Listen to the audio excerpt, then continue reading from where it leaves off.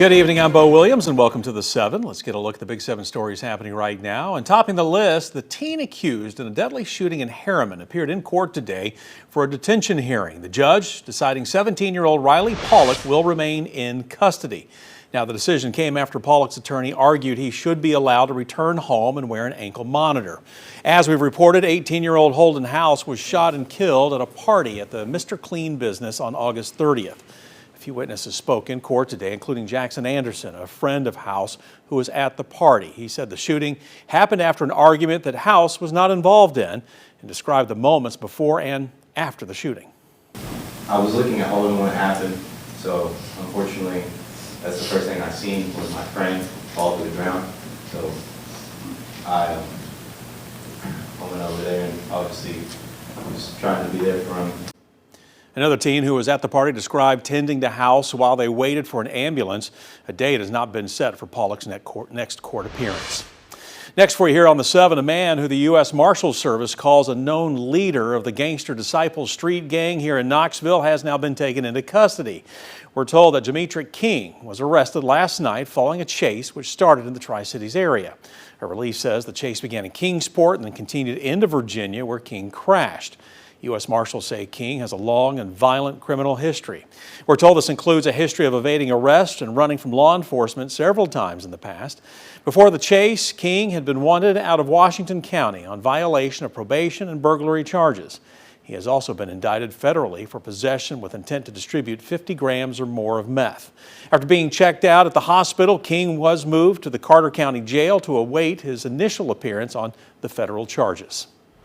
Next on the 7 for you tonight, a man charged for threatening to destroy an energy facility in Middle Tennessee pleads guilty. According to the Department of Justice, 24-year-old Skylar Philippi planned what would have been a devastating attack on Nashville's infrastructure until the FBI disrupted his plans.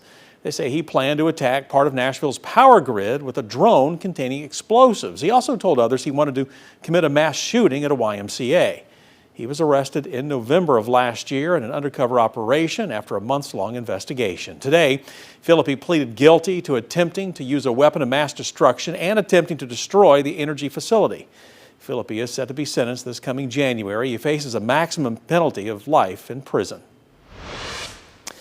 Well, tonight the FBI is reissuing its alert for Sebastian Rogers, the teen missing out of Sumner County. These are some photos of him.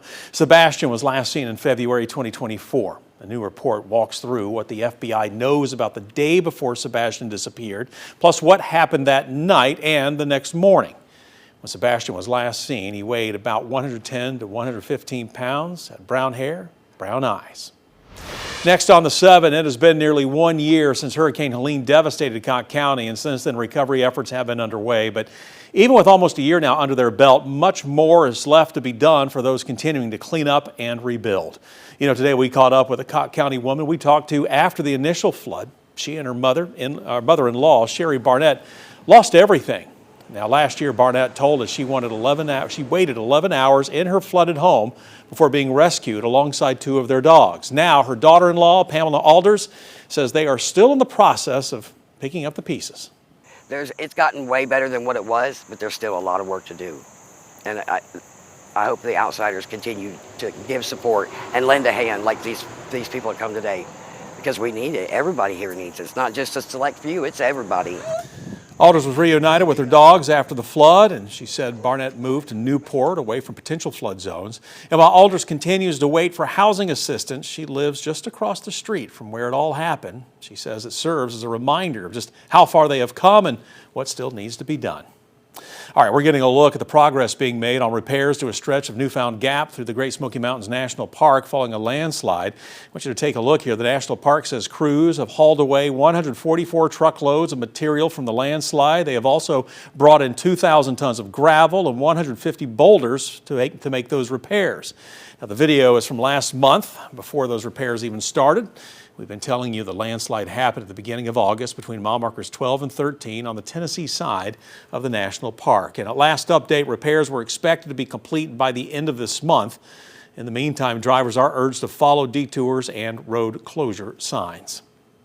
A wooden playground in the Claxton community of Anderson County is now being torn down. Anderson County Mayor Terry Frank tells 6 News the county terminated the easement for the land where the Claxton Kids Palace is located. That agreement ending December 1st. Anderson County Conservation Board also voted to work with TVA to remove the playground. Meanwhile, local leaders are asking the mayor to see if TVA would be willing to donate toward another park, something it has done in the past. However, local leaders have not yet determined what donated funds would actually go toward. Now, Mayor Frank says the plan is to get the community to weigh in on what they would like to see in that area.